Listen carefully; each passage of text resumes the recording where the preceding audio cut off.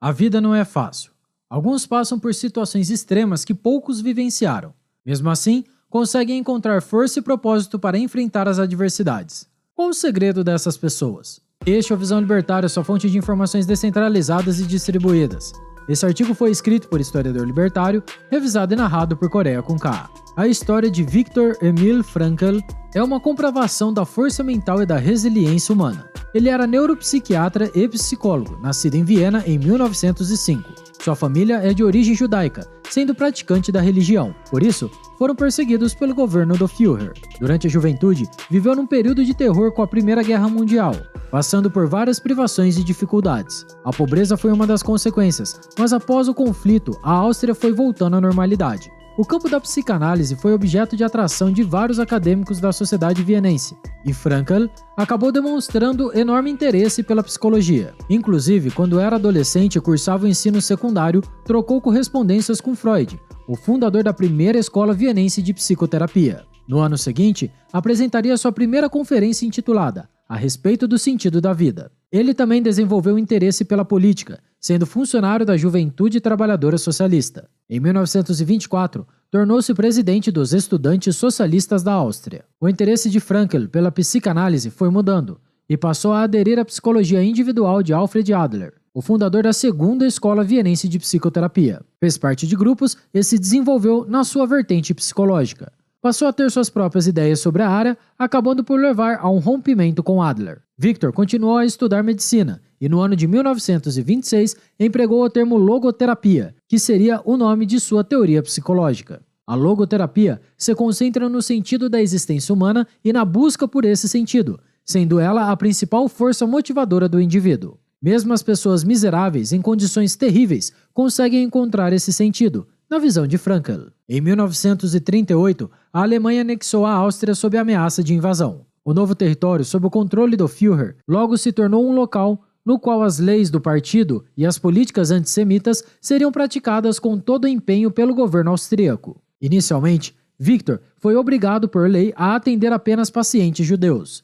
Mesmo assim, fez um bom trabalho e conseguiu salvar muitos deles da eutanásia praticada pelo governo alemão mediante diagnósticos falsos. Nesse mesmo período, apesar de ter um visto para fugir do país e emigrar para os Estados Unidos, o neuropsiquiatra tomou uma difícil decisão: permanecer em Viena. Sua principal obra sobre logoterapia foi terminada em 1941, mas infelizmente foi preso pelo partido. Seu destino foi o campo de Theresienstadt, sendo este o primeiro dos 4 que seria prisioneiro. Em sua obra, Em Busca de Sentido, um psicólogo no campo de concentração, Viktor fala como conseguiu sobreviver e o que aprendeu com isso. Um dos motivos de ter sido capturado foi porque não quis fugir do país, pois queria cuidar e proteger sua nação. Apesar de todo o desespero e terror que o campo proporciona aos prisioneiros, existe uma possibilidade da pessoa encontrar o sentido do sofrimento e ter a esperança de vencer esse desafio. Ele faz o indivíduo enfrentar o desespero e o sofrimento, dando um significado maior a toda aquela experiência difícil,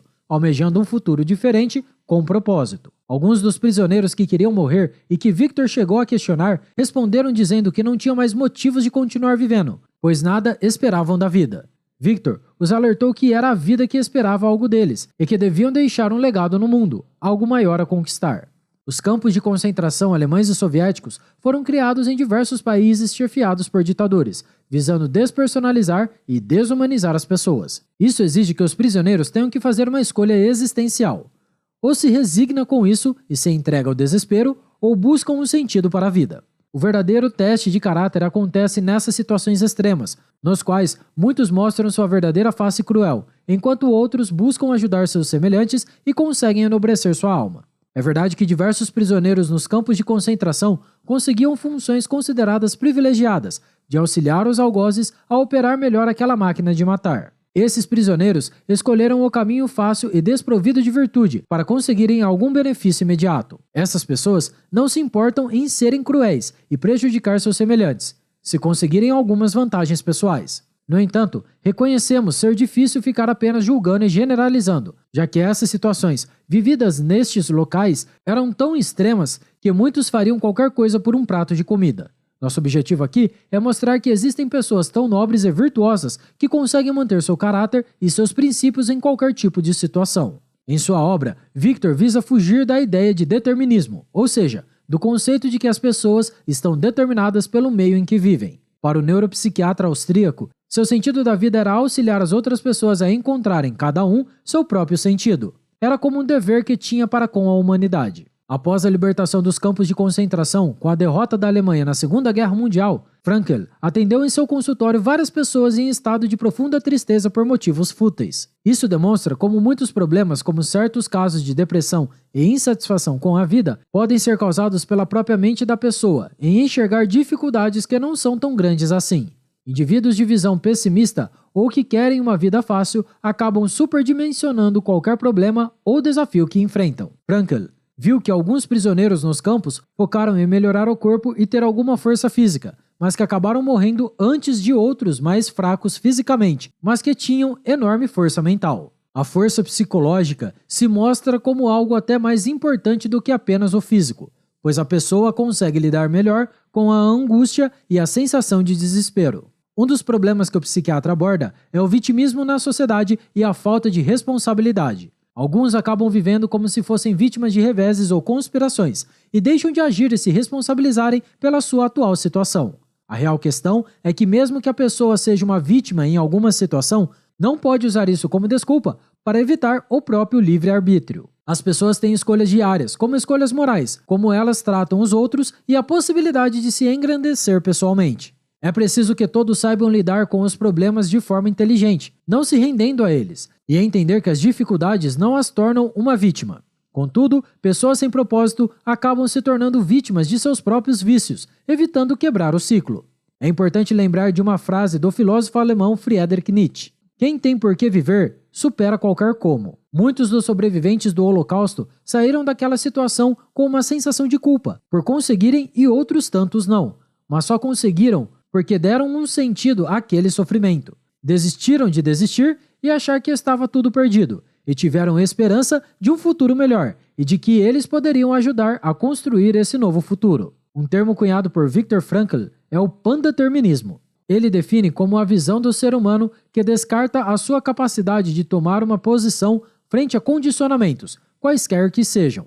É o homem como fruto do meio ambiente. Ele diz em seu livro que o ser humano é um ser finito e sua liberdade é restrita, portanto não se trata de estar livre de fatores condicionantes, mas que temos capacidade de tomar uma posição frente aos condicionamentos.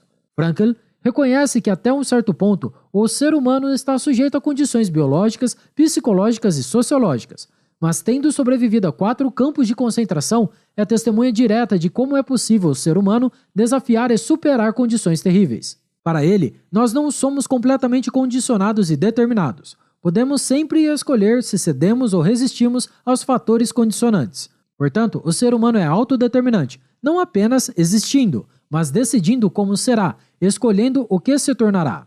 Sua história foi realmente trágica, afinal, perdeu quase toda a sua família, devido à perseguição dos alemães aos judeus, tendo somente ele e uma irmã sobrevivido. Mas sua história é uma prova que podemos resistir a situações de privação e de violência extrema, superar os condicionamentos do meio e encontrar uma missão neste mundo.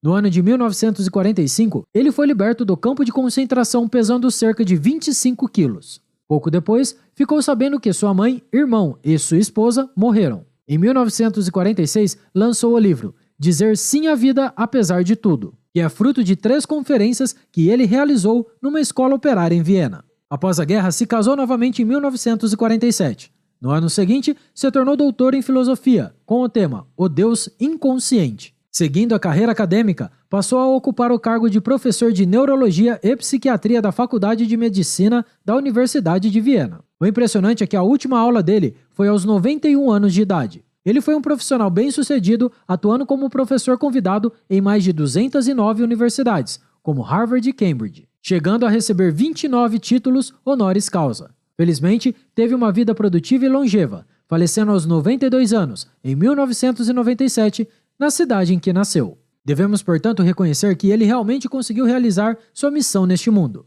divulgar que todos temos um propósito, e apesar das dificuldades e condicionamentos que a vida nos impõe, o livre-arbítrio existe. Ele escreveu em seu livro, Em Busca de Sentido, a seguinte constatação: nossa geração é realista, pois chegamos a conhecer o ser humano como ele realmente é. Afinal, Ele é aquele que inventou a câmara de gás em Auschwitz, mas também é aquele ser que entrou na câmara de gás de cabeça erguida, tendo nos lábios o Pai Nosso ou Shema Israel. Obrigado por sua audiência. Se você gostou desse vídeo, clique no ícone de curtir abaixo e compartilhe em sua rede social. Caso deseje ser notificado de outros vídeos, inscreva-se no canal e depois clique no ícone da campainha. Escreva artigos você também, acesse visãolibertaria.com. Até a próxima, tchau, obrigado.